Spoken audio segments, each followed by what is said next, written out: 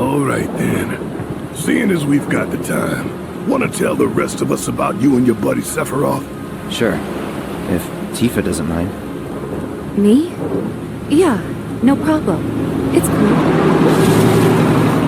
It all started 5 years ago.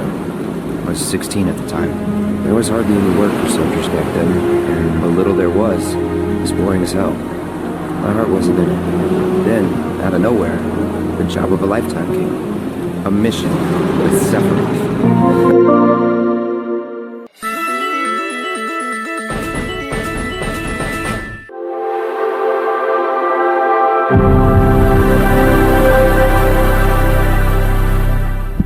Hello there, and welcome to episode 86 of the video game podcast Between the Joysticks.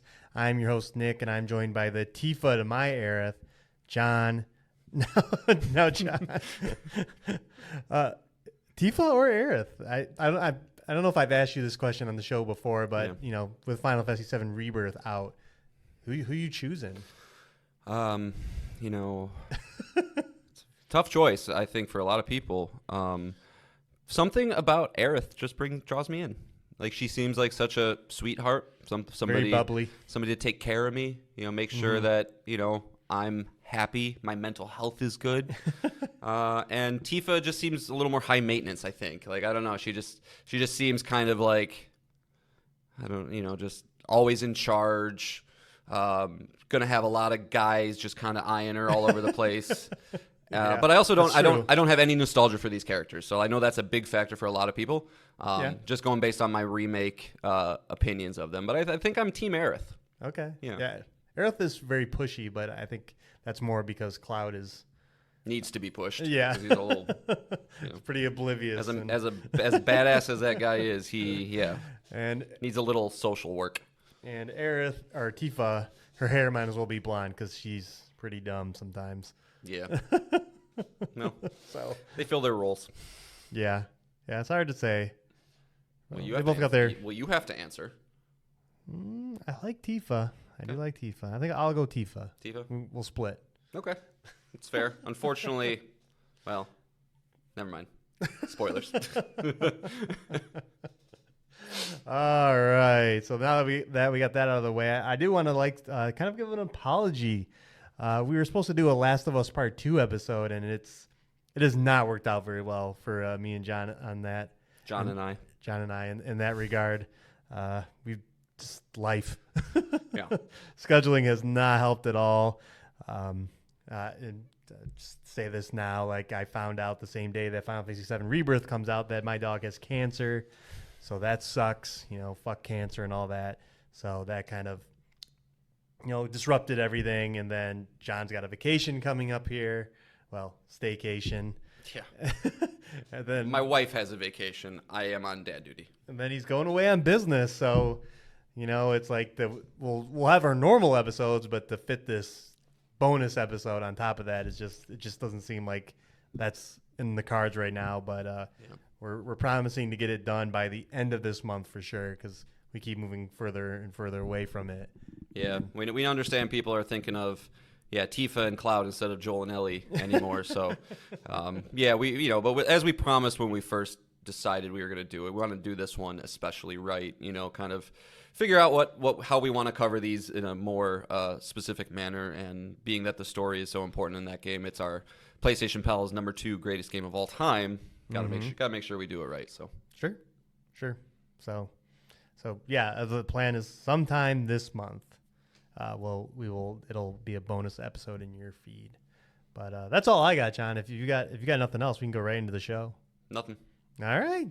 So this is how the show works. John and I both bring up the 3 things to talk about. It can be a video game we're playing. This week we have, of course, Final Fantasy VII Rebirth, more Helldivers II, and Brotato. That's the odd one out. It can be a news topic, of course, more industry layoffs, continuing a trend of last year and something we've talked about before, but now it's at Sony, and that's a bummer. So we got to talk about that. And then we're going to move, of course, into our video game character battle royale. We can talk about topics here. And then it can also be an email from you at betweenthejoysticks@gmail.com. a Twitter DM at JoysticksPod, or comment on our YouTube page at Between the Joysticks. Any of those things, we can bring it and we can talk about it. Today we have a total of 5 things to talk about. First things first, Final Fantasy VII Rebirth. John, you got it, right? Nope. No, I don't have it. No, I figured I'd let you run with this one for a little bit. It wouldn't matter anyway if I did, with my staycation and work trip, I wouldn't have time to play it anyway. So happy that you got it. Happy that we can represent it here on the show. Of course. So yeah, again, it came out on 2/29, 93 on OpenCritic. We touched on that last week, and again, I think it was the most anticipated game at the Game Awards last year for this year. Yeah, and again, just challenging John's assertion that 2023 is going to be a better year. You keep bringing this up. We'll see. Like, you can't just push this into existence. That's not how that works. January and February just made a really good case. That's all. They sure did. So, yes, I have the game. I'm about 9 hours into it. I'm in Chapter 4, which is the Junon region. So I'm not very far as far as the overall scale of this game. And that's kind of where I wanted to start talking about this, is because last week I was still playing Infinite Wealth, and this issue of scale keeps popping into my head. We talked about it with Tears of the Kingdom, and Infinite Wealth has this stupid, dumb map. The map of Hawaii is just full of conversation points, mini games, side quests, your main quest, the Sujimon battles. It just is like, holy crap. And, you try to tackle it the best you can, and then about halfway through that game, you're sent back to Japan, and it's a whole new map, and that map is full of shit again. And I'm just like... It reminds me of a Witcher 3 scenario where you're in, was it Whitechapel? Is that where you start? Yeah. Yeah, and you're like, oh, this is the game. Or White Orchard is the White Orchard, thank you. Oh, this is the map. This is the game. This is what I have to do. And then you get past that, and you're like, oh, God. Yeah, you get into Valen, and it's God. Like, shit. Yeah, happens all the time. And it's just... I don't like, my tolerance for these games is like, it's being tested as much as I love Infinite Wealth and Final Fantasy VII Rebirth, but it has the same thing. This game starts with the Nibelheim flashback that I talked about in the demo, and then after that, it just thrusts you into the region called the Grasslands. Not 2 seconds in, you have all the mini games. You have Queen's Blood and various other mini games. I'll get into that a little later. But you also meet your friend Chadley from Rebirth again, and he's got thousands of missions to do, and it feels like 1,000. It's not actually 1,000 in that region alone. And you're given chocobos right away, and they're just like, here you go. And you're just like, well, here I am already ticking the box, doing this side quest and this side quest and this side quest. And are people tired of this or no? No, unfortunately. I mean, both those games both games I'm just mentioning are both 90 and above. Yeah, I mean, no, I don't think they are, Nick. I think we still very much live in a world where if you can put together a optimal open world experience, it's going to rise to the very top of all video games, Breath of the Wild, Elden Ring, things like that. And True. As I've talked about on the show, with some of the financials and economics of the industry, it's not good enough unless if the next product is bigger and better. Like, it's growth for the sake of growth. That bubble won't burst. Yeah, I mean, we'll talk about that later. But yeah, I don't know. I think it's just we're in this weird space of being in our mid 30s and realizing that we don't have the time that we used to. True. And I don't know if we're the demographic anymore that video game companies are targeting. So, like, they say, cool, we're going to buy it regardless. Mm. Spend time with it, spend 300 hours with it, or spend 40. We don't care. Yeah. And, they got to make sure they adhere. They would rather piss off the you and I, not piss off, but, like, have us go, oh, my God, it's so much, as opposed to the people who want so much to be like, that's all there is. Like, they'd take that option, I think. And it is, like, to a degree, it is optional, right? Like, you don't have to experience it all, but Well, look what happened, though, with me and Cyberpunk by not exploring that optional stuff. You kind of walk away going, well, that wasn't as robust of an experience. Right. It's a stupid double-edged sword. It's a very dumb double-edged sword. That's very true. And the other thing I wanted to talk about is, we're only 8 months away from from Final Fantasy 16, a game John and I both liked very much. But what a difference in tone this is, where Final Fantasy 16 is, very serious, its roots are shown. It was made, I forget the director's name, but he came Yoshi P. Yeah, he came from an MMO background, and that game felt very lifeless, as MMO games do, and the quest variety not great at all. And this is the complete opposite of that. The tone, the characters, the depth of, like, I've done stealth missions, I've done chocobo races, I've done card battles and Queen's Blood. The amount of different things you can do really does shake up that checklist, where in Final Fantasy 16 I found myself in side quests, just skip conversation, Yeah. because it was just leading to the same things over and over again. Yep. Collect a thing, talk to somebody, collect another thing, giant battle. Come back to the person. Oh my God, I can't believe they're invading. Yeah, but this game does not have that, which is fantastic. And we can't talk about a Final Fantasy game without talking about the music. And they went above and beyond here. All the music is remade, like the Chocobo theme. There's a Chocobo theme for each region, and I've heard 2 of them, and they're great. It's just the iconic music of that franchise it's just. And I guess we didn't really get into this. I should have led with this. Was our history with the franchise. I know I played it on PlayStation 1. Even though I didn't have a PlayStation 1, I went over to a friend's house and played through pretty much the entire game over a course of a few days. And I just picture you knocking on his door at 10. Let me in. I gotta play. Yeah. And of course loved it, as anyone who played it at the time. This giant 3D Final Fantasy game was like a watershed moment for a lot of people, as far as their love of this type of video game. So coming into remake and coming into this game again, and just like when the game was revealed, is like what was that, 2016 when the big reveal? Yeah. The E3 of Dreams with Maybe 15. Yeah. Do you remember when the Sony God of War and that showcase was? I think that was 2016. So it was 2015 then. Okay, so the E3 of Dreams in 2015, where Sony showed Shenmue, The Last Guardian, and this game, and to revisit this world like this is like it's a bit emotional. Yeah. Like just to see these characters so fully realized now, it's just so well detailed. It's just in these iconic locations too. I just pulled up the Junon, which is a Shinra base, which is the bad guy in the game, and it's just a town that has a giant gun attached to it, and you're just like, wow, like I can't believe this exists. Yeah, it's what makes me sad about this product. I did not play it originally. I have tried 3 separate times in my adulthood to do it, just to give myself the frame of reference, hope to love the game for what it is, and then lead into this with a little bit of pseudo nostalgia. And I bounced off of it 3 separate times. As soon as I got to the open world region, I was like, it's just dated. Like it's a type of map system that does not do anything for me.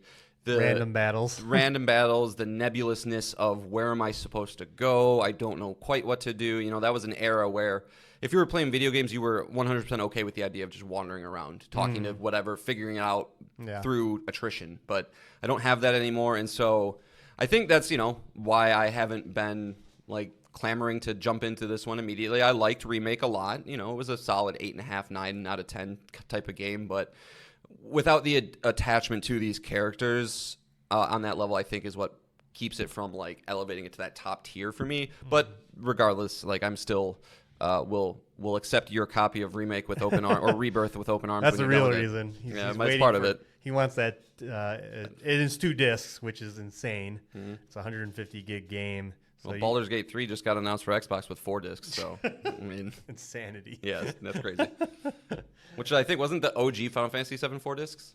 It was 3. It was 3. Yeah, it was 3 discs. Yeah, and I think the last multi-disc game I had was Red Dead Redemption 2. Yeah, insanity. Sorry, quick side note. You hear about the misprint in Japan with this game? Oh yeah, they switched the discs. Yeah. It's a dumb thing, but yeah. Yeah, whoops. Yeah. Yeah, so going back to the game and then going to like really not a big deal town in the original, Calm, and seeing less like you remember towns in Final Fantasy 16. You remember your main base, pretty fucking boring, right? Yeah. Like there was nothing to see there. There was nothing to like. No, you go to the base, you go to the left to talk to that one person, then you go to the back to talk to that other person. Yeah, you find the and blacksmith, then, the bounty board, and Yep. yeah, That's it. this town is more detailed than I can't even think of a video game where the town was this detailed. Just the amount of people running around doing things. Cyberpunk? I think. I mean, it's different. It's apples and oranges. Yeah, I don't know. I think the individual like attention to detail now, like the interaction in Cyberpunk is very high, but Well, and this could just be a scenario of this is the PS5 versus the PS4, right? yeah, and you're walking around a lot of this stuff like, and you can't interact with it. It's just detail, but like all the shops have cute little names. There's a lot of like side banter going on, and just people like a shopkeep, and just it's covered in people. Like there's just it feels like a living, breathing town, and it's just like the first town you're in. Like there's probably like another 8 Yeah, towns. just wait till you get to Golden Saucer. Right. That place is bananas. Oh, I'm sure it is. Golden Saucer is this famous casino in the original game, and it has this probably got all the mini games in it too. Yeah, I can't even imagine. I can't even imagine the craziness that one city is going to be if this is what the entry level city is, which was just a footnote in the original game. And then let's get into let's get into the big mini game first. This is Queen's Blood. It is a card game. It is a lot like Gwent in some ways. A lot about taking lanes and keeping your opponent from playing cards. But it's so good. Is it good? It's really good. Nice. Yeah, I don't know how I got there. Like I haven't really looked into like deck strategies or deck builds, so I'm just kind of fiddling around with cards as I get them. But I had a match where like the point of you want to have more points than the other person, but if you can close out their ability to lay down cards at all, like you win the game basically. And I had some crazy start where I was able to basically he couldn't play any cards anymore, and he only had played like 4. And it was just like, wow. Sounds like you laid your dick out on the table Yeah, and said, "Yeah, that's nothing you can do." I But did. look at this hog. But it's cool, and then all the cards are obviously minions from the series and in game, and they're legendary. I've been dadding so hard lately. You say the word minions, and I think of the minions. Oh. It's just like, no. Yeah, the monsters, the Thank you. enemies, Okay, there yeah, you go. the summons. They're all. Although it would cards be in interesting if there was little minions on the cards. but it's cool, and again, it's just another side project that is part of this game and full of other mini games. Like I've done the stealth missions in this game. Like I've done Metal Gear S stealth missions. Yeah, that's Where I'm weird. I can't even conceptualize that for a Final Fantasy game. Well, first they have it so every region you have to capture a chocobo, and then that unlocks your ability to call it, and it's like the most efficient way to travel from place to place. Fair. And then they just had me go into a base, and it's like you can't alert them. So I was going around steel boxes just like in a Metal Gear game to like get behind these guys so I can sneak up on them. And I was like, is there anything? This doesn't even have to be in the game, and it'd be fine. Like Remake was so straightforward, but everything is in this, and I'm sure I'm just like Infinite Wealth, just touching the surface of all the mini games. There's so many, so Buckle up, bud. yeah. Buckle up. And I wanted to get into combat. It is the same as the last game. You use weapons, and as you use weapons, you learn abilities. They have unique abilities, and there's a trophy, of course, for unlocking every weapon and every ability. So mastering that. So I'm working on that. I don't know if I'll ever platinum this game because it requires 2 playthroughs. It requires a hard playthrough. Yeah, And the Square Enix special. I think it's 150 to 200 hour platinum. So that's past Persona 5 territory. Yeah, you're entering neon white territory now So for a 6-year-old. So that's interesting, but the battle system feels. I kind of like the last game. It's like you either feel like you're stomping enemies or you're like on the back foot all the time, healing yourself. I know you had that issue with especially the end game. Mm-hmm. But I think once I slowed down and focused on guarding, you guard with R1 in this game, and it's such a advantage. Like you can negate an attack with a perfect guard, and then it pressures the enemy. So Sure. you want to pressure enemies in this so you can stagger them because you can do massive damage, and that's very similar to Final Fantasy 16. Yeah, I think the combat, it does feel like you should be going a million miles an hour just through the like, especially the end of Remake. Like, the fucking world is collapsing or whatever the hell's going on. Like, well, you gotta attack, but you know. Slowing it down, being strategic about it, I'm sure, is how it's meant to be played. So, and kind of sitting down, like this game, a part of that overwhelming scope is you have 5 characters right off the bat. So 5 playable characters, they all play differently. Like Tifa and Red 13 are like more close combat. You want to really be paying attention to guard because they open up other opportunities for those characters, and then you have ranged characters like Barrett and Aerith, who, you know. Aerith especially is a lot more squishier and is all about like area of effect magic. That's why I chose her over Tifa. She's squishier. And Barrett's kind of he's kind of like, if you're having trouble with the game, he's kind of a really good character because he's ranged. His attacks are very simple. Yep. You know, it's just Ranged is always easy mode for any game. Yep. But he's not squishy at all. He has the biggest health count in the game. So. That is something that I remember about my playthrough of Remake. I probably played 95% of that game as Cloud.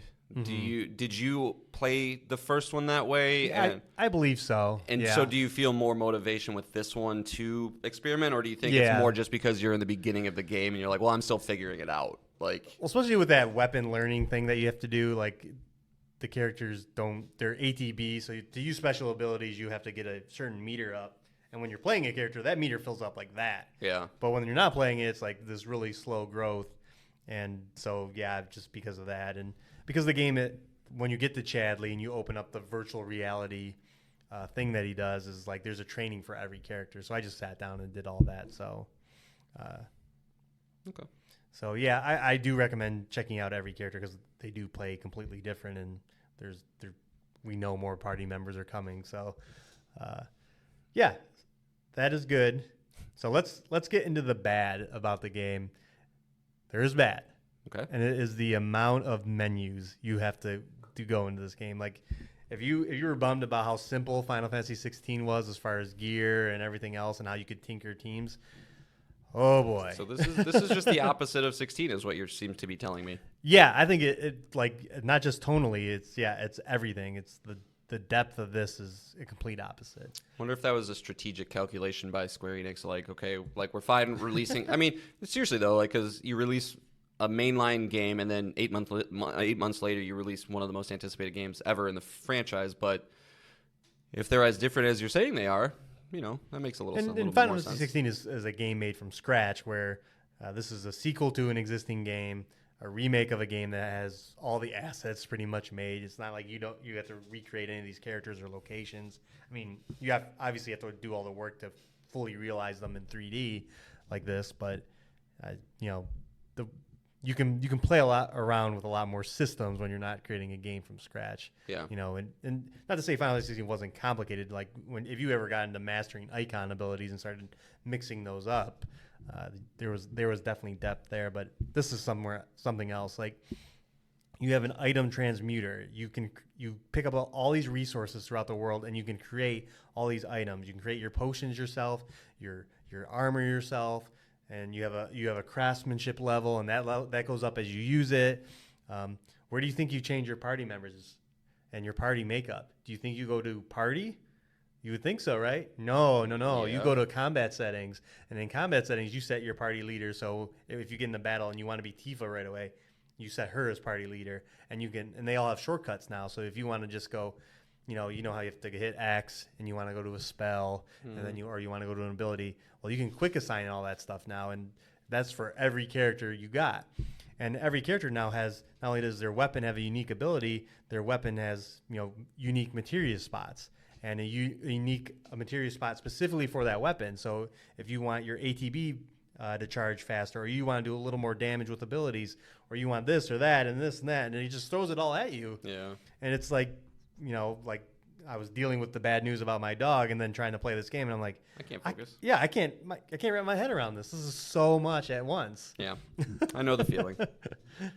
And to the point where some combats got a little frustrating because I'm like, am I playing wrong? And for the most part, I was rushing in and just being a little too aggressive, Yep. trying to get through these battles. And that's fine for like the normal enemies, but when you reach like any kind of like Elite or something. Yep. Yeah. Any kind of like mini boss or something like that. It's like, well, okay, step back.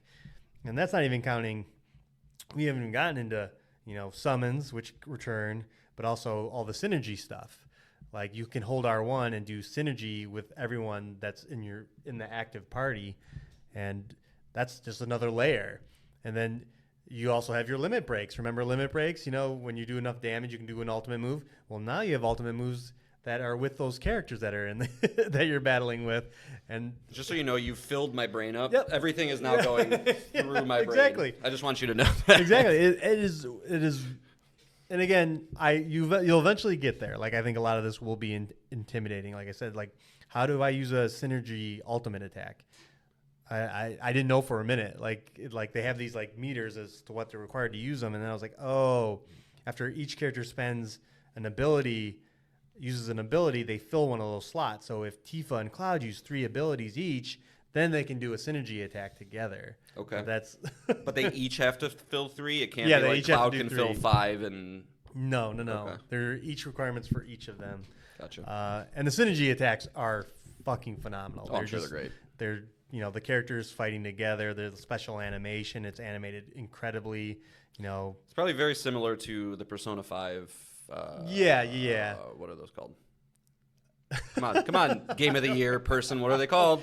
I don't remember. All right, like fine. you said, my brain's so full of all the games I played last year. Some of that stuff falls out, but where in Persona it was like a dedicated cutscene. This is something that just happens in real time in the battle, and it's flashy and it looks great. And it seems like every duo has multiple versions of it, so it's pretty wild. It's pretty incredible. All this stuff is just packed into this game, and like I said, I'm just in chapter 4 in the second region of the game, so it's like the main story itself has moved probably like me. Yeah. And I've done probably in the 10 hours just all kinds of stuff and battles and combinations, and I've already unlocked multiple weapons and multiple synergies, and it's like, whew, just getting started. Yeah. Well, I mean, I don't know how I'm going to play this game. Like, I don't know. I was joking with you the other day on. It seems like I've had this theme where there's always one incredibly large, incredibly successful, incredibly well-received backlog game that just has to hang above my head. Yeah. First it was Elden Ring, then it was Tears of the Kingdom, just beat Tears of the Kingdom, and boom, this one's out. So, yeah, I'll get to it. Yeah. But yeah, this is the next one. I'm pretty sure listeners of the show, I don't have to explain myself anymore. They know, they understand. Or they don't understand and they just like you more than me, which is fine too. That's why we keep you around. Right. Yeah, Play the new stuff. I try to stay on top of these games, but I'm trudging through mud right now. I got Rebirth and Infinite Wealth, and Well, if we have Everything to that swap you comes out for other Nick, because I know he's being a beast with this game right now. It's fine. We'll kick you off the show. I don't care. oh, thanks. Yeah, you're welcome. But no, just everything. Again, it reviewed greatly, of course, and of course it's an amazing fucking game. It's just Yeah, it's a guaranteed Game of the Year nomination Yeah. for sure. yeah, Um, and like Infinite Wealth, it'll be kind of like a check-in game from time to time as I keep playing it. But it's just wild this game exists. It's wild that it's this good. It's wild it's doing so much that again, as we said last week, like kudos to Square Enix and everyone that worked on this game, because the other thing is like the remake came out in 2020. Like just 4 years development time is kind of unheard of right now. I think the only you're playing Jedi Survivor. That is another game that how did they make the sequel in 3.5 years? I don't know. There seems to just be a couple of studios that, whether it's through just a incredibly tight like workflow pipeline, or Yeah. I don't know what, Insomniac's another one, right? Yeah. Like there's teams out there that seem to just have it locked down. There's teams that you kind of throw your hands up and say, what have you been doing? Rocksteady. There's teams that kind of, are over their heads, but Arrowhead. But I don't know, man. Like, it's funny when this game got announced and we knew that 7 was getting the remake that everybody dreamed it was, because for anybody who's been following the industry for a long time, I think it was back on the PS3, there was like that. Do you remember that Final Fantasy VII tech demo that they showed, and everybody's like, oh my God, they're doing it. And then for that to kind of be a letdown, this to get announced and everybody to kind of say, well, is it going to live up to the hype? How are they going to handle it with 3 games? Like, oh my God, is this going to, it took them 15 years to make Final Fantasy 15 or however long it was. It was a long time. And, can they pull it off? And to your point on the show that you've talked about for the past probably 6 months now, man, Japan is just hot, man. Like, they got it figured out. They are performing at the top of their game, and everybody wins when that happens. So yeah, it's just can you not all release your games in the same time period? Yeah, that would be great. yeah. Well, 17 days from now, Dragon's Dogma 2. Yeah. Capcom. So yeah, Unicorn Overlord is out this week. It's getting a bit much, and so I'm kind of happy that March is a little slow as far as games on my radar. But you're going to Hi-Fi Rush, baby. You better play that. Yeah, Hi-Fi Rush for sure. But that's a much quick. smaller game, and and hopefully I don't know. But if Dragon's Dogma is this great game, like, here we go again. You did play the first one. Well, just keep on Helldiving. You'll be fine. Yeah, that's true. We'll talk about that a little later. Keep on keeping on. All right. So that is my piece so far. But like, early reaction, just overwhelming, but great, but overwhelming. But great, and the story is moving at snail's pace, and that's mostly my fault for wanting to do everything. But to be honest, it seems like a game that just had a very poor release date for you specifically. Yeah. If it caught you in a good mood, good vibes, I got everything, I got time and everything, you'd probably 10 hours oh a my day. God, I can't stop playing this. It's the best. If Helldivers wasn't also there going, hey, don't forget Yeah, about me. yeah. But yeah, that is very true. But I am getting to that point. It's like I want to really, really, really sink into it. So hopefully I'll be challenging other Nick, who is around 30 hours, and challenging him to see who can get to the end first. My money's on him. That man is a super fan of Final Fantasy VII. Yeah. So. Yeah. Well, Nick, in a pretty common occurrence, you bring the light, I bring the darkness, right? Yeah. So I'm always down. Yeah. I'm always, mad about something, but we're journalists. Definitely not journalists, but we're podcasters, and we got to make sure we keep y'all informed. And so anybody who, has been not sleeping under a rock knows that this year has been no better than last year in terms of layoffs, people losing their jobs, things like that. And so as Nick mentioned at the top of the show, it kind of hit a little bit closer to home than we've seen in the past year and a half. And that resulted in the closure of one of Sony's first parties, which, is very, very infrequent. I believe the last one that closed was Pixel Opus, and before that it was Evolution, who did Motorstorm. Did Drive Club and that team. So, it doesn't happen every once in a while, or it doesn't happen very, very often, but so just want to go into that. So founded in 2002, London Studios, a first-party studio for PlayStation. It's best known for developing the SingStar series, as well as PlayStation's external peripherals, including the iToy, some PSVR titles, as well as Blood and Truth, The Getaway, things like that. But they've created over 60 titles since they were established, but they are, unfortunately, closing the entire studio, as well as some layoffs in Naughty Dog, Insomniac, Guerrilla, Firesprite, for a total of 900 people in the Sony family. So we continue to see that, but that's not the end-all, be-all. If you're looking for kind of a comprehensive list of everything that's happened, Kotaku's been seemingly keeping a running total, and I won't get into all of that, but we are looking, as of now, 59 days into 2024 with about 8,100 video game layoffs, right? PlayStation's one of the bigger ones. Some other ones of note: Microsoft laid off 1,900, Unity laid off 1,800, Twitch laid off 500, Discord laid off 170, Eidos Montreal 97, Supermassive 90, right? Like, so these are not just the small little indie developers who never figured it out. These are industry veterans, staples, not only game developers, but engines and platforms and, Twitch and things like that. So obviously the video game industry is sick right now. We've talked about this on the show.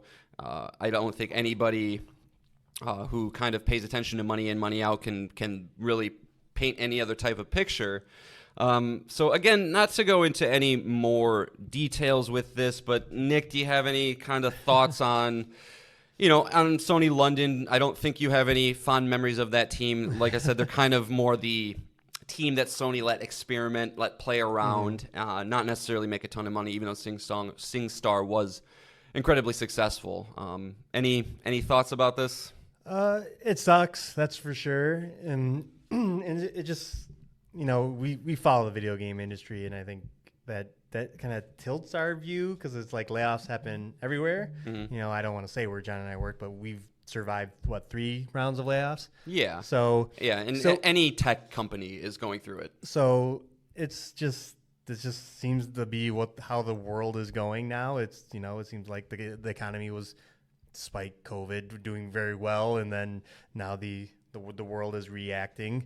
Everything seems more expensive and all that, and this is just kind of the fallout of that. And it's like London Studio, like they haven't had a game since 2019 release, and I'm sure they worked on other games in that time, but it's like it's a scary time. Like the industry was volatile before, it's extra volatile now.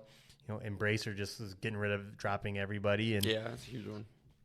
And it's like you fear for like studios that release not hits, like Skull and Bones and that Ubisoft Hong Kong, and every other studio that worked on that game.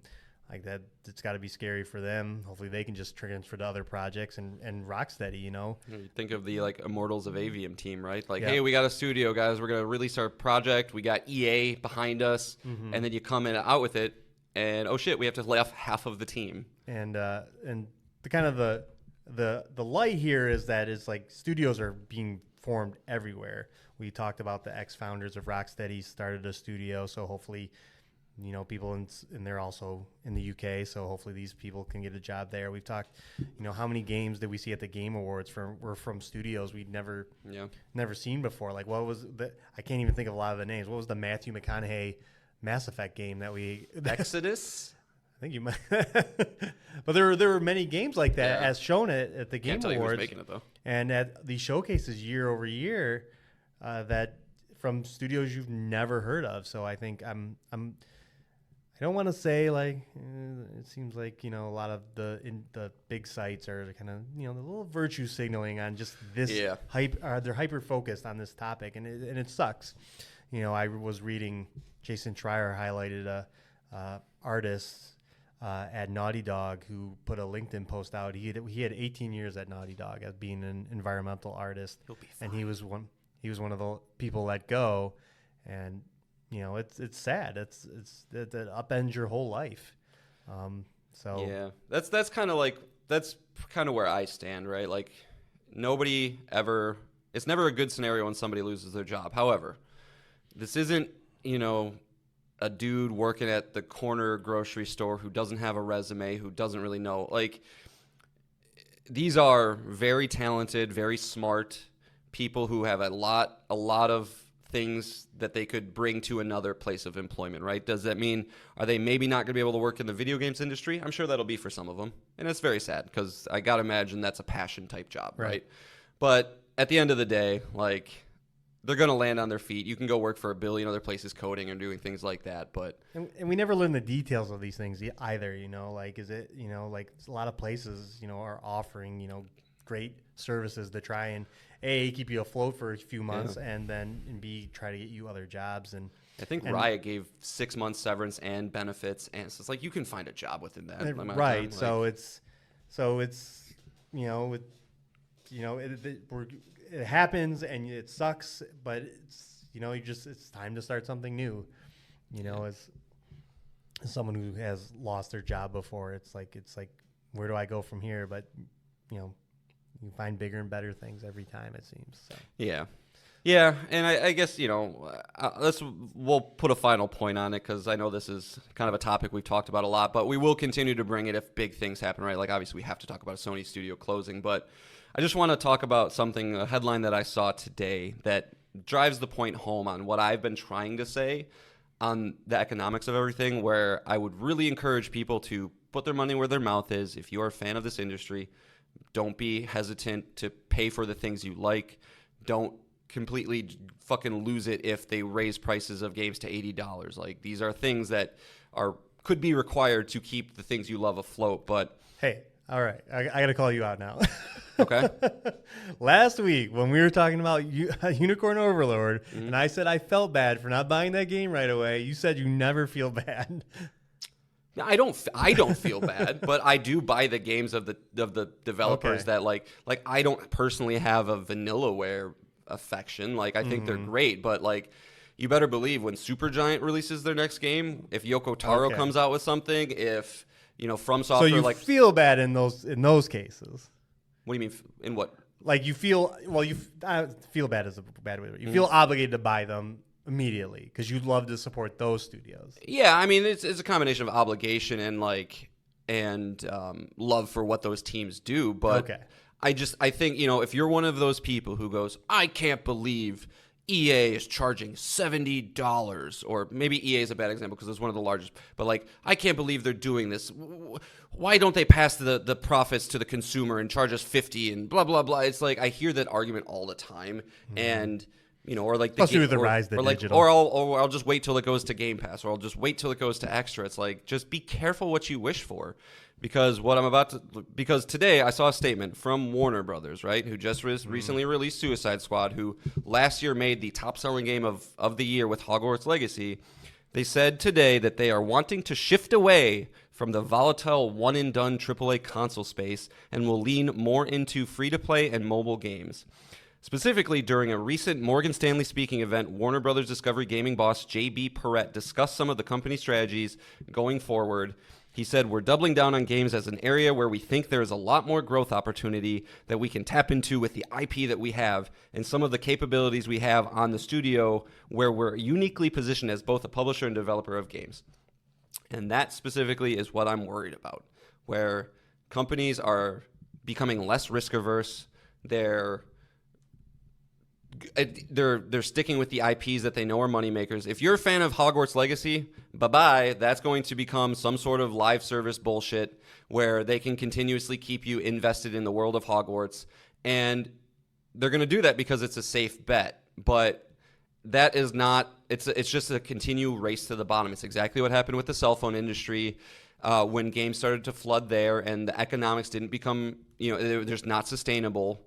People weren't buying games at the clip needed to put the quality experiences on there, and they raced to the bottom. They developed microtransactions, and the rest is history. And if you start to see these large developers and publishers, Warner Brothers is one of the largest entertainment companies in the world. They're starting to sniff around there and saying, okay, how can we reduce our costs while keeping the money flowing in? Because these large-scale companies, if they don't grow, if their years are not exceeding the years previously, it looks really bad for investors. It looks really bad for profits. It looks really bad for these people who are shareholders and who are beholden to these companies. And it's just a really slippery slope. So I would, again, really, really, really encourage people, just think about what you want for the future. And if you want to just continue to play whatever's coming to Extra or Game Pass and it just doesn't make sense for you, I can't say that your financial situation, doesn't warrant that. But I just don't like the future the way that I'm reading the tea leaves right now. And I think until we figure out a way to become a little bit more viable, it's just going to keep going this way until the dam breaks and something happens. Yeah. Well, the complainers are the internet minority, so they're for sure, but like that seems to be who these companies listen to. But also, good luck, Warner Brothers. Good luck. Your Dude, superstar team in Rocksteady shit the bed. Good luck with anybody else hitting that number for you. I love perusing comments on when these things happen, and one of my favorite ones for this was somebody saying on Reddit, like, So Warner Brothers learned nothing. Basically, they said, "Oh, whoops, I shot my dick off. Maybe if I shoot my dick off 2 or 3 more times, it'll work." So it's just like, that's why Helldivers is so refreshing, because they're taking the right lessons, they're saying the right things, and that's just not the case across the industry. But industry's still in fire, folks, and seems to be trending that way, because every person who's in the know seems to be like saying like, "Oh, you think this is bad? Just wait." Like, seems to be the nomenclature or the.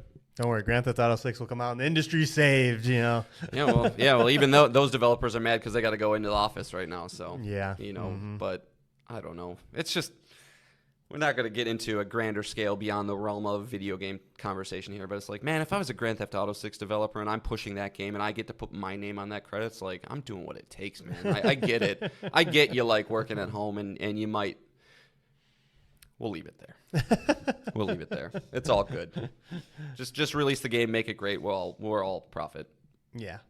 So, the industry's healthy. The industry's not healthy. I don't know what to believe, really, but it seems. Believe it's not healthy, but believe that it's also not just gonna die. Like, it's I don't know. Got to get those clicks, baby. The success. There's the success stories, and the bad news. So it's hard to really tell what the actual health is, but that's why it's like Arrowhead's like, wee. Everything's so good. Larian's like, wee. That's why it's like, and I know these are very specific games, and they're like they're unicorns. They're genre defining games right now, so it's hard to just give them the example, but be the example that every other developer should live by. It's like every developer is trying to shoot for those magical things that happen to them, but it doesn't always happen. But it's another thing I hate when people are just like, why don't they just release a not broken game at launch? It's like, do you think it's because they have time frames and they have quarterlies and stuff like that. I hate it when people say that. Why don't they just give us Stop reading games? internet comments, John. You'll be much happier. No, that one's from a personal person I know. Oh, okay. But, but also, internet doesn't do good things for health. All right. So again, John bringing us down to the dark side. I'm going to bring us up to the light because I want to check in from the front, from Super Earth here, and talk about Helldivers 2 some more as I continue to play the game. It continues to be engaging despite, I think, the loop kind of wearing itself thin, despite and why this upcoming update, which we'll talk about, it's gonna be something. I wonder what it'll do for the game. But since we last recorded, we don't really talk about the major orders, and the major orders are kind of let's get into the game. Has kind of like there's a reveal that there's a dungeon master, and now everyone is referring to Joel as if that's his name. Yeah, the guy's name is Joel, I guess. And if something bad happens or if something crazy happens, it seems like a lot of people are referring to Joel. But I really think Joel is just the kind of guy that manages the galactic map and where things should go next. And I don't think it's very complicated at all. But one of the things they do is these major orders, and that kind of directs people to do either attack a certain front. There was the first major order was to do 8 defense campaigns on planets being attacked by the automatons. But last weekend on Friday, they singled the major order to a planet, and they attached 45 medals, which is a progression material to it. And it was defend this planet or liberate this planet, and that planet was Veld. And when you're looking at the overall galaxy map, you see how many Helldivers are on each front.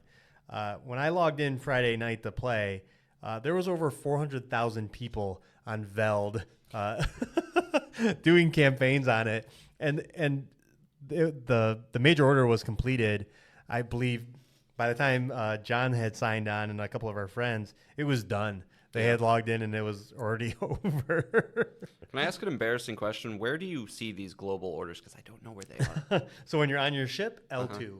Oh, that's just those? Oh, okay. Yeah. Gotcha. And they are kind of obtuse because I won the last one with the defend campaign. I was like, well, what does that mean? What planet should I go to complete these? And but this one was obviously clear. Just go to this planet and liberate it. And it's these kind of things that I think are really going to contribute to its success. Something when we were talking about what people should take away from Helldivers is also these these incredible community events in which we're not facing off against each other, but we're actually all working towards this huge major goal, and the community responds in craziness. 400,000 people on one planet For liberty, dude. in one night. Like that is insane. And we see articles after article that the sales of this game are just increasing week over week. Yeah, And it's a rare, like extra rare occurrence. Like it outsold itself 3 weeks in a row. That does not happen. That does not happen. That just means that the word of mouth is so incredibly strong with this game that people are doing what Nick and I did. We go to work and we go, hey, fucking buy this game, dude. Like, let's play it. Like, that just continues to keep going. Yeah, it's very infectious. Yeah, I think it's like the more people talk about this game, the more people are like Show hear clips. stories, and all the social media, the clips just do really well. And I think did you post the clip, John, of us I did, playing? yeah, yeah. Like stuff like that is just again that emergent storytelling combined with this amazing gameplay loop that we discussed last week is just. It's just great. Yeah, and I got to shout out once again that the team behind it, Arrowhead, they continue to say everything correctly. Like today, talking about the D&D style game master dude, he said, we needed this type of position because we plan to make this run for a long time. We'd love to see it go for many, many years. Of course, they would. Any developer would. But combining that with the idea that, no, we understand we got to give players a $40 experience first before we worry about the microtransaction side of things. Hey, don't buy the game right now because you can't get in. Like they're just so sorry, hit the table. They're just so focused on making sure that everybody first and foremost is satisfied with the product they released, as opposed to like make the money, more money, and it's just refreshing, very refreshing. Yeah, and as I get further and further into the loop, I feel like the rewards become less and less. I think you are able to unlock all the stratagems that you want, the weapons that you want, but because of the loop feeling so well and the game being so good and these major orders, driving you to play it even more, that I think it's doing great. It's just great. I just can't not stop playing it. Do you think it's officially a Twitch staple like Valorant and Dota and like right really now tough. It's got 28,000 watching right now. Yeah, that's not like, not their levels. Yeah, no, those are all at like the 100, but like it's going to be a game that's going to have a dedicated group for 5 years, right? Yeah. I mean, it might not be that great in 5 years, but for now, jump in, Ben. Jump in. Yeah. I mean, and in terms of just to report our experiences, I don't know about you. I have not had a single problem trying to get into a game or anything like that. There's still weird glitches here and there. Like I was doing an extraction with some random people, and we all jumped in the ship, and it just didn't do anything. We just didn't get to extract, and that happens. Right. But again, you can because the game completes the mission. It's they make it so they're so generous. Yeah. Like with just how it is. So yeah, it's just very respectful of your time. That's for sure. And I too, the stories from the front. It's interesting when you get further and further into the game. Like people realize that like requisition points that allow you to buy stratagems are not so important. Levels aren't so important. It's more about the resources because that lets you upgrade your ship, and that kind of gets. And it's kind of cool because it's visually represented. Like you go onto someone's ship and they got everything unlocked. You'll visually see it on the ship, which is cool. Yeah, Nick came on my ship and goes, see these or I went on his, see these computers? You don't have these computers. I'm like, I don't care. You don't like my computers, bro? Oh, you should see my ship now. I got these big guns. Like when you look out that front window, there's just giant guns sticking out. I'm sure I'll see it soon. Yeah. What's your ship name again? It's like Queen of Supremacy right now. Okay. So people are like targeting these resources, and unlike the objectives where if everyone dies or everyone doesn't get on the ship, you don't lose anything as far as those things are concerned. But these resources are important, so you're seeing a lot of people focus on this. Like when I think we did the defend mission where you got to protect the people that go into the build the I haven't shuttle. done one of those yet. Oh, everybody hates those. But there's like resources all around, like way out in the distance. You can go get resources. So now you have people going to do that stuff. And yeah, we were with a guy who was doing that while we were protecting the evac point. And the evac point, when a ship comes down, it just sits there and it'll wait. So you don't, as long as you're near it. Yeah, as long as you're near it, you're fine. So you can just sit there and take as long as you need. But the second you get on that ship, you have a 20-second counter. And because of you're just traveling on foot, 20 seconds is not a lot of time to get anywhere. If you're not in that immediate vicinity, you're gone. Yeah. So yeah, I had a guy that was out doing that, and he knew the ship was there. He was playing the risky game. Especially with randos. That's when you got to send a mess. Well, continue. Yeah, you're playing that risky game, and of course, one of the guys got on the ship and started the counter. And there is chat in this game, but of course we play on PlayStation, so chat's just kind of like pointless. Like I don't have a keyboard, so I'm not like I'm not typing messages in there. But obviously, I'm sure he was a PC player because he was just spouting off expletive. Like, fuck you guys. Yeah, you guys are retarded. Whoa, yeah, whoa, yeah, exactly. Whoa, dude. A lot of asterisks because they're probably blocking his chat, and of course. And then he just left the game. Real fucking tryhard over here. Yeah. Which is ridiculous. I think his goal was because he was the party leader. He thought that we would all get kicked, but it doesn't work that way. Sorry, bud. He literally just waved from So from the not ship only did he lose all those resources he was working on, which is fine. Like I understand that he wanted to get on the ship to get those because I do believe those are the more valuable things, especially in the later game. But then you just lost everything. You don't get the experience, the points, nothing. The stuff that I grabbed or the other guys grabbed, those resources, gone. It's the equivalent of breaking your controller. Like, what do you like? You're really fucking yourself, dude. Right, and it's like, and as John keeps pointing out, like the loop is so quick and so, doesn't punish you that like who cares? Yeah, exactly. Yeah, you shouldn't. Oh no, you shouldn't I get to lost that 30 moment. minutes of samples. But again, yeah, I think when. Like there are ranks. There's 1 through 8 ranks.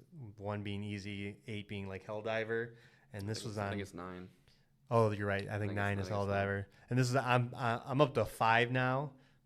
I can complete missions on 5. I haven't tried 6, so I'm probably gonna run into more of these tryhards. But it was just funny to think like this guy just cared so hard about just his little precious resources. He probably went and talked to his buddies about how horrible you guys were, how he can't believe that you don't understand how they get probably PlayStation gamers. Yeah. But and lastly about Helldivers is, over the weekend it was Leak City. People are on PC are getting into the code and they're able to unlock mechs. And we knew these were coming. Yeah, we knew mechs were coming, and vehicles were a big part of Helldivers 1, but to see a light recon vehicle and an APC that carries all 4 Helldivers in it with little turrets mounted on it is exciting. Like, yeah, I mean the amount of scenarios we've had that are just balls to the walls craziness. Now picture everybody in the car riding away. There's like a Charger coming. There's a Bile Titan over there. Like, it's just going to create more of those emergent stories in different kinds of ways. It's really a great little cadence they've figured out.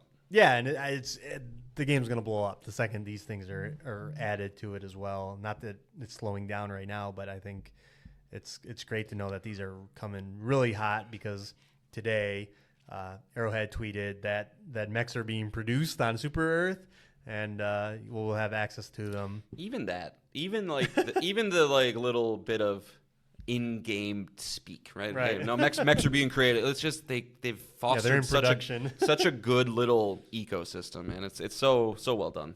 Yeah. So, I mean, I'm still planning on playing it. Still planning on playing it with John here, and it's one of the happy stories of the year, and just. What level are you? 25. 25. Yeah. Super Space Chief. Yeah, I'm only a 9, level 9. So, but it's for me, it's going to be a game that I don't see myself ever uninstalling it for a while. Like it's just like people want to jump in. We got pretty much like 8 guys at work now that are like into it. So we almost have too many people where people won't be able to. If we all wanted to play, we wouldn't be able to join up. But Yeah, we were trying to convince another friend to buy it, and that was his first argument, was like, you too many people already playing it. But I'm like, not everyone's playing every night, and like, I don't care. I got Final Fantasy VII Rebirth over here. Like, I don't have to play every night. Yeah, me? I'll jump out. Yeah, exactly. So, just incredible. It just, what a success story. So sweet. Well, we got to talk about some potatoes, Nick. You're going to talk about some potatoes? Yeah. It'll be quick. Little potatoes, little guys. How did you describe what the game is, and then I want to know, like, how did you find this game? Brotato is a auto-battling roguelike. Just think Vampire Survivors, really. Yeah, I had to watch a video. Is like all you really need to know about it. It's a game that I knew was going to scratch a very specific itch for me personally. It was only $5, so like the barrier of entry was basically non-existent. And I've talked to a friend of the show, Nick, who's also has a very similar type of game style that I do. You know, he loves a lot of the, leveling up and getting different builds and breaking the game type systems, and that's exactly what this is. Yeah. Okay. You say yeah very disdainfully. I watched it and I was like, I know it's not really? a you game. Nick and I actually had this conversation about how much you would hate this game. Well, why are you? So you mentioned Vampire Survivors is wildly successful, and there's a bunch of these games now. Like why this one just was the price was right? That was the price is right. I mean, this was kind of like the other one. Like when Vampire Survivors hit the scene, this was kind of the next one. Like the before a whole bunch of clones came out, this one came, and people loved it. And after playing for a little bit, because I was kind of expecting just, again, exactly Vampire Survivors. I think it differentiates itself enough to be a different type of game. And like I said, Binding of Isaac is one of my favorite games of all time because the amount of items and synergies and things that you can build in that game just give you kind of just these moments where you go, I am a fucking god, come at me. And it just feels really, really good. But this has nailed a couple things. Number one is... Well, let me backtrack. This is how the game works, right? So you start as a little potato. There's 44 different characters, right? You unlock them as you don't start with all 44. I think you start with 5 as you do different types of accomplishments or rewards. Like you kind of keep unlocking them. They have different play styles, different weapon loadouts to start with, different modifiers. You understand. And you go in, you get to equip 6 different types of weapons. You got SMGs, you got rocket launchers, but then you also got some crazy things like lightning shivs and ghost axes and these other type, just melee weapons, cactus clubs, other things, right? And you build your outfit, but as you go through it, you're also getting items that modify what your different weapons do. You're getting after every single level, you're upgrading like your speed, your melee. It's got all that. There's so many different little hooks that kind of tie into the run that you have going that it's incredibly satisfying and well balanced. Every single time I start a run and I kind of go, this is okay. I'm not doing great. And then like by level 5, you're like, I got something going. We're going. And then you kind of start to build, and like another cool thing it does is you can take those 6 weapons and there's different tiers for them. So you got your gray, blue, purple, red. You can if you have 2 SMGs, you can combine them into a blue. Then it frees up an extra slot for your weapon. So then as you're further into the game, you can kind of fill that slot back in, and you can get strategic with it how you want to build your stuff. And it nails the economy really, really, really well too, where obviously as you go through these levels, it's very bullet hell. Enemies drop their currency, and between every round, there's 20 rounds per run. Between every round, you get to spend that currency on just different things that you want to use.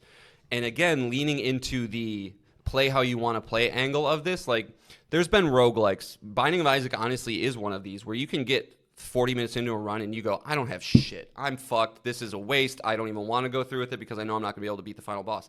You never feel that way in this game. Like you can trade away all your things, start fresh if you want. You can upgrade the different items you have. It allows you to play with it in such a way where you're spending all your money. The next run you have is going to give you enough money to then kind of retweak how you want to do it. You can lock specific things. Like if you get your 4 items that you can pick through between runs, you go, fuck, I don't have enough money for that level 4 Gatling gun. I really want it. You can literally lock it. There's a lock button underneath, and then it stays there. you're not going to get 4 choices. You're only going to get 3 choices every time it runs. But it allows you to then like save up for that and really tailor your build so that you know that you're giving it the best shot you have. And it's been a ton of fun of just scratching that Vampire Survivor itch, dopamine itch that I know you don't have, but I have it very hard. It's got great music. It's like you dig the music. It's very techno-y, cyberpunk-y kind of like just gets you through that. But definitely not a you game, Nick. Definitely not something I would recommend to you. But I want to throw it out there for anybody who likes roguelikes, anybody who likes to build specific, Binding of Isaac type runs, right?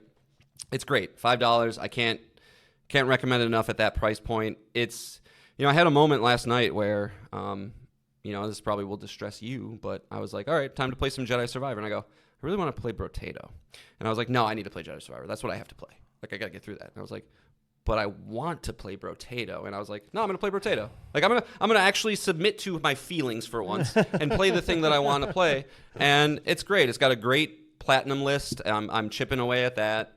And, so the point I get to the platinum, I'll be done with it. Like, it's not going to be a game that I stick with after that. It's not that crazy good, but I want you to come clean. Okay. What? What about the platinum, John? Come clean.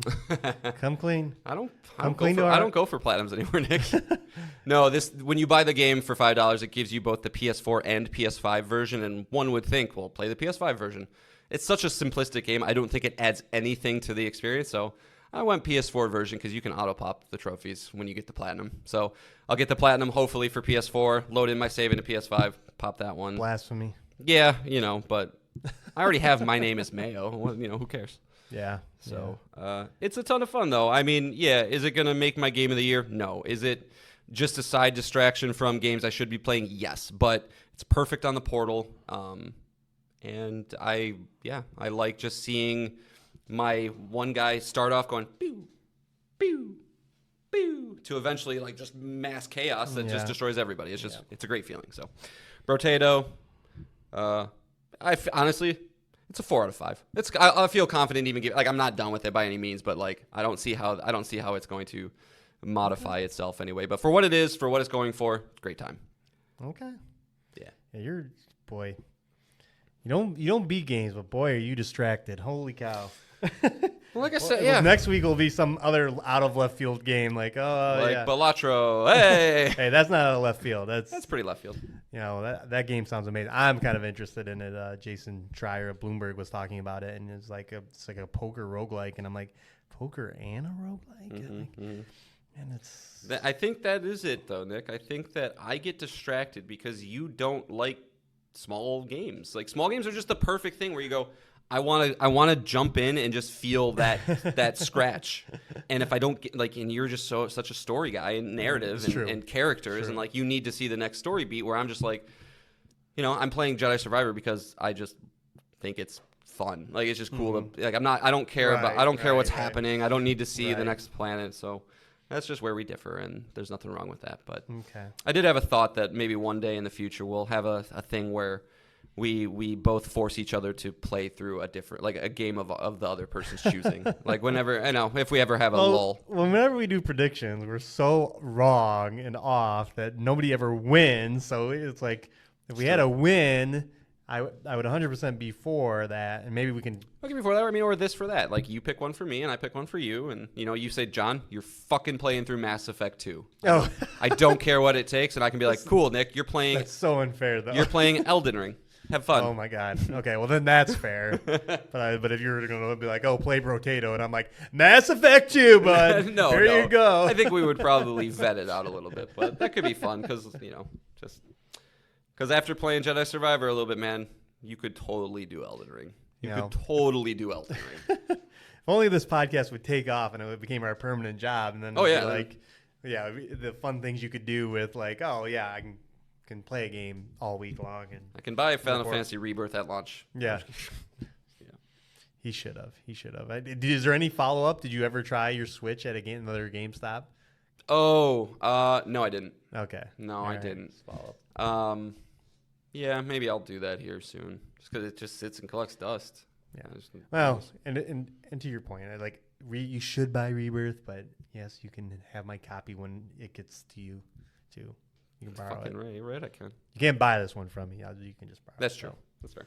So Even if it's $1 more than what GameStop would give you? I don't know about like you might just I'm keep in a it. weird spot where I haven't traded games in even after finishing Last of Us Part 2 Remastered. I'm like That's one you kind of want to hold. There's a level, I right? have Street Fighter 6. I have Persona 5 Royal still. So Really? I don't. Interesting on that one. I would have thought you would have traded that one back in. I You have the think that's what- platinum, you have it. Yeah, it's just one of those. Well, it's one of those games that I really, really enjoy, and Keep it in the it's collection one of forever. those things that I think, like, I wonder, like, is it worth holding on to because there's not that many versions of the PS5 version of Persona 5 Royal out there. Just like we were talking about last week with Unicorn Overlord, it's like these more niche JRPGs. It's not as readily available out there. So Yeah. It's But a case by case. I know digital is decreasing value of those things, but there's a lot of people out there that want their physical games. So It will always be. So, All right. all right, Potatoes. yeah. Wow, we're playing video games. It's a busy time, just nonstop. All right, so let's move into our final topic: the video game character battle royale. Continuing on to round 2, let's announce some winners from last week. Yeah, John went for 0 for 2. Fox McCloud knocked out Big Daddy and Little Sister. A lot of action on that one. I was very happy about that. I don't know where it came from, but I appreciate it. And then Richter Belmont took down Ezio. You're just, as much as you target very weak points on my characters, their anuses and eyeballs, it's obviously not an effective strategy. I like to win. Didn't work this week, but your butthole is not safe. All right. But it is continuing the trend. Every matchups of the second round has been a sweep for the other person. You Really? won the first 2. I won the next 2. You won the next 2 after that, and now I won the next 2. So I have a feeling this one's going to be a split week. We'll see. I don't know. We'll I don't see. know. I don't know where you see the split at because, well, I don't know. Who knows? Like I will sit here and say, oh, Clive Rossfield, of course he's more popular than Spyro. It's like, but he's not. You always, He's yeah. not. You He's always, not. you love the popular, which it is a very valiant part of. Valiant is not the right word there. Valid is the right word there. Valid part All of this right, strategy. so I think you're picking the matchup, and then I go first this time. So let's do it. All right. Cal and Shovel Knight. All right. Cal Kestis from Jedi Survivor. Yep. And Shovel Knight of Shovel Knight. All right. All right. He's going to start by equipping his Mail of Momentum. This negates knockback from enemy attacks. And then, of course, it comes with a negative. I'm not going to just sit here. Mail of Momentum's great. But I think when you're dealing with a Jedi and a lightsaber, you got to wear your best armor. Definitely. It's going to be more cumbersome for him. But, he doesn't want that lightsaber chopping him in half to start this off. It's true. I hope it's made of Beskar. Yeah. Is that the right thing? Wow. Yeah. All right. Well, Cal realizes that he's got his best armor on, so time to change tactics. But luckily for him, he does use some telekinesis. He uses the Force Slam specifically, grabs him, picks him up, slams him on the ground, hopefully knocking off that whatever kind of armor it was. Fucking Force. Yeah, Force is pretty OP, dude. Can't defend against the Force. All very well. right. Shovel Knight is going to go into his item bag for his War Horn. This is a massive sound blast. He's going to use this to try and disorientate Cal. Hopefully he can concentrate to use those Force abilities. And if he's nearby, to clear the field around him. The War Horn. Very nice. All right. Well, Cal is going to continue using the Force, and he's going to use Force Stasis on Shovel Knight. He is no longer able to move. He is stuck in place for some time. Well, hopefully he can get out because Shovel Knight has to use his trusty shovel. That is his signature weapon. So, he's got to go toe-to-toe with a lightsaber. It's time for shovel time for the Shovel Knight. Shovel time. Well, this was coming, Nick. Being that he is now stasised, it's just lightsaber. Lightsaber is the attack. Perfect He ending. literally, he just goes, and he's done. Little 3'11" Shovel Knight. Can't really do much against the lightsaber. All right, there you go. There's one. So next up, we have Clive Rossfield of FF16 versus Spyro the Dragon. You go first this time? No, I went first last time. Oh, okay. So we're going to start off a little weird here, right? I had to get crazy with Spyro. He is going to use his fourth wall breaking to cause confusion among Clive, as Clive is far too serious, and he would not understand what's happening, and he would therefore be disarmed immediately off the bat when Spyro starts talking to the camera. So Spyro talks to the camera? Yeah, he breaks the fourth wall. What does he say? What? I don't know, he just talks to the player. It happens many times. Okay, this is not like an idle animation and he gives you like a cold stare because you're not moving him or something? No. Okay. No, it's like it's a... I'm going to have to look this up. Oh, fact checking. Okay. All right. No, I just want to see it. Yeah. I'm always up for like video games identifying. The thing you got to as video remember with games. Spyro is like he's got his trilogy, then he's got his Skylanders stuff, then he's got a lot of stuff. You know, he's like the king of Skylanders. Yeah, I forgot about that. The Plastic Wars. Yeah, that Skylanders was a big part of that. Yeah, that was weird. That was a weird time. All right. Clive is gonna go. He's gonna reach for his ultimate weapon in the game. I don't know how to say it. Götterdämmerung. The sword he gets. He has to defeat all the best Huns and everything to get access to. Again, this is the ultimate sword in Final Fantasy 16, with a whopping 375 attack and 375 stagger. You know, I don't know what the health is of Spyro, but I don't think it's that high. So 376. I just found that out. It is not. No, I don't. Okay. No, of course it's not. You looked at me like it was serious.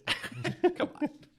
All right. Well, you know, I feel like every one of these battles usually kind of has one of these moves. So it's time to just throw up our invincibility shield from Spyro 2, Ripto's Rage. Makes him immune to everything for a short period of time. Okay. All right. I'm going to bring one of my favorite weapons of last year, if you heard about it in our Game of the Year episode. Titan. Yep, the Titan icon. This is going to give Clive access to a bunch of moves, including Wind Up, Upheaval, Raging First, and Earth and Fury, the ultimate of the Titan icon. Ooh, a loophole. I like it. But it's also going to give him access to Titan Block. So when Spyro's coming for him, he has the ability to block and counter his attack. So All right, we'll try blocking this, Nick. okay. So Spyro's going to use the Dark Aether breath. All right, now I got to give you a little background here. Okay. Aether deals in matters that surpass those of the terrestrial elements and draws on deep, magical, powerful magics of ancient celestial origins. Aether surprises all the elements in the realm. Its strength is equivalent of suns, gravity, and the righteous might of passing comets. It is a spiritual matter the very universe is made of, and the true element of the purple dragon of legend. This untamed power resembles that of the Atom Smasher and dismantles a target on the atomic level, literally unmaking it. So it unmakes Titan. Okay. Dark. Yeah, that's ridiculous video game speak if I've ever heard it. Sure is. But all right, didn't want to do this. Clive Rossfield is going to go to his ultimate weapon, the ultimate ability in the game, and it's his trusty sidekick, Torgal. I can't. All right, I forfeit. I can't hurt a dog. His trustful hound. You know, you directly control it as Clive, and he's in every battle, unless it's a Titan battle.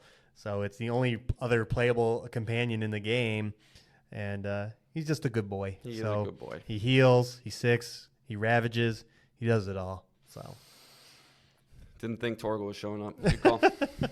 Shoulda. Well, he shoves his horn up Torgal's ass. Yeah, I'm coming for it.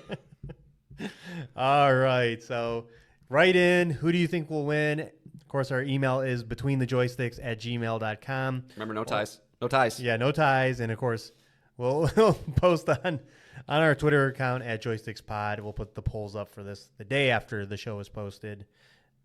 So go ahead and vote there. Who you think will win? All right. And for next week's matchup, I will be championing Isaac Clarke. So his attacks will just be the weapons he uses. Great. All right. And then Nick will be fighting with Rayman. Boy. I can't cut off your limbs. How do I cut off your limbs? No. All right, gotta get creative. Shit. It's like the one character that's like immune to him. All right. Oh. It's like It's the worst you've ever broken on the show, I think. it's so ridiculous. Of all these characters you put in this battle, I never thought of the one limbless video game character of all of them. Yeah. There is no other limbless video game character other than people in Rayman's world. And This whole battle has led to this moment. to run into the one character whose whole mechanic is cutting limbs off. Yeah. Like all his weapons are there to cut limbs off of creatures. Well, Oh my god. That is hey, Shovel Knight took down Mario. Anything's possible. Damn it. All right. For matchup 2. Not Rayman again. Sam Fisher. Oh, man, I got 2 stinkers this week. Versus Batman. That's a good matchup. Yeah, there you go. That's a good All matchup. right. Cool. All right. Tall task, but Yeah. we'll figure it out. That's it's gonna be fun. That's Yeah, for sure. I'll be thinking about it all week. I'm gonna replay Dead Space 1 through 3 over the week. All right. Now teases, John. I know you're burdened with. You're gonna be the sole provider of multiple children. Yeah. For between now and next podcast. What is your plan of attack? Yeah, I mean, I'll have some nap time. My son will be at school, so, during the day I should get at least... I mean, honestly, I should be able to play more than I do. Okay. So plan of attack is, I'm probably just going to beat Brotato. No, I'm kidding. I'm kidding. I will I'm be sure you will. Well, I will be playing it, but no, I want to keep on going with Jedi Survivor. Don't let that fall along the wayside. And, I think I might... not probably ready for next podcast, but being that I have this trip coming up for work, I got some plane time, some time in the hotel. I think it might be time to finally pick up Super Mario Wonder. That's like the one game on Switch I think that's like on that platform that I go, I gotta at least try that. I don't give a shit about Animal Crossing and like stuff like that, but so I think it might be time to pick that up. Like I said, not probably ready for next week's podcast, but probably the one after. Yeah. So Yeah. It's be a good plane game. And so like we don't have very many holes in games we play, especially last year. We both did very well, and that is probably the one glaring one. Yeah, you probably made some Starfield fans mad, but Oh yeah, we don't need to do that. All right, the plan is to just more Rebirth, more Helldivers for me. So Yeah, the Helldivers. video game front is pretty much set in stone, but. We got some events this week. I don't know if you saw, John. The Xbox thing tomorrow, right? Yeah, there's a Xbox partner preview at March 6th at 1 p.m. Eastern time. They teased some games, all smaller games, all with horrible fucking names. I'm going to butcher Tales of Zenzaru. Yep, Kenzaro Zhao from EA. Do you remember which Kunjitsu Gami Path of the Goddess is? It is a game we've seen before from Capcom. Smaller title. Say it again. Kunjitsu Gami, Path of the Goddess. Kunjitsu Gami. Yeah, we've seen it before. You might recognize Oh, it. yeah. And then we have the first Berserker Kazan being teased, but Very Japanese. yeah.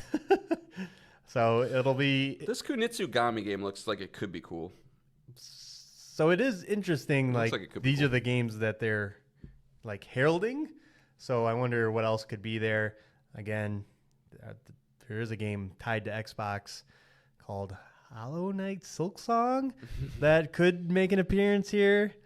It doesn't seem like they're going with that vibe of game, but yeah, it's possible. That game's got to pop its head back. It's turning into the little devil inside. Like, why?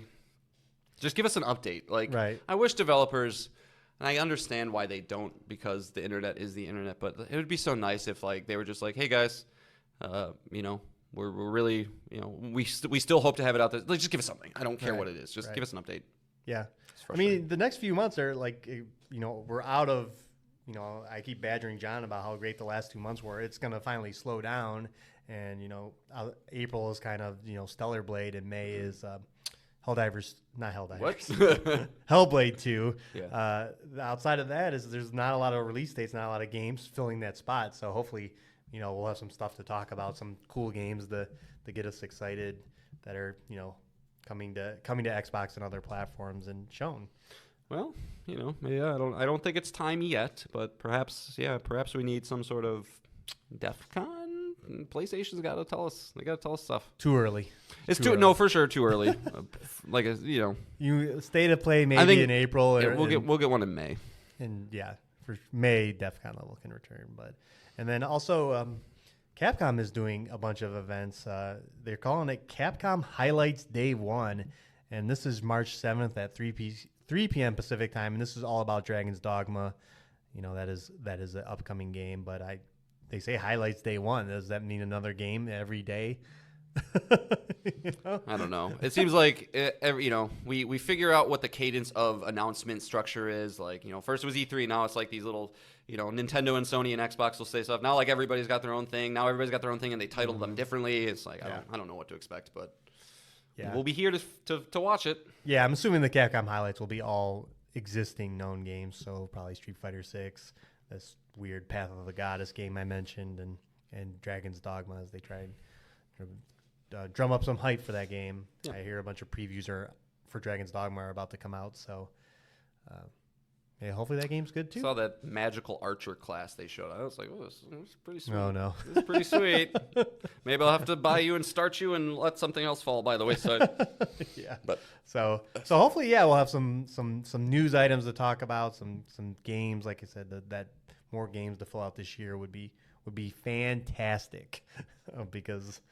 As always, with the Switch 2 rumored to get pushed next year, and it's up for and Sony saying no big first party releases for the rest of the year. Like that means you can play Elden Ring. No. Yeah, that's what that means. No, Shadow of the Earth Tree. We'll see. Come on. Yeah. But all right, let's move on to the song, and of course, the soundtrack for Rebirth is not out, but we're gonna go back to Final Fantasy VII Remake. I will say the podcasts I listen to are very bad with that right now too. Okay. They keep saying remake, and it's like you guys should be better. You should know better. So we're gonna go with "Let the Battles Begin" because a lot of people are starting Final Fantasy VII Rebirth, so they're getting into some battles. Yeah, I know. Yeah, Nick's playing it. Will's playing it. Yeah, Mark, I don't know if Mark and Jesse are. I saw Jesse playing Brotato. Jesse, write in about Brotato. Convince me to buy it, baby. $15 is very easy to convince me. Yeah, so my friends list is full of people playing it. It's like that or Helldivers. So, and of course this is from famed composer Nobuo Uematsu. We featured him a couple times on the show. Who said he's probably never doing another game? Did you see that? Yeah. Well, listen to the score of Rebirth, and you're like, how does this man have the energy? Yeah, I'm sure he'll be. He's been doing music for 30 years. He'll probably show up like the guy who did Chrono Trigger into Sea of Stars. Like there'll probably be some game like Nobuo Uematsu lends a hand or whatever. Smaller project. Yeah, those man, Japanese are just their work ethic is like nothing else. So we'll see if he can settle down. So if you're listening to the audio version of the show, you can enjoy that song. And if you want to see us on video, check us out on YouTube. If you want to see our faces, if you want to see me break down and cry when Isaac Clarke has got to face Rayman of all characters, Yeah. Never even thought of. I mean, why would I have thought of that as a potential matchup? But let's go. So wherever you're enjoying us, we thank you, we love you, and of course, we will be back next week with 6 more things. Bye, guys. Bye. See ya.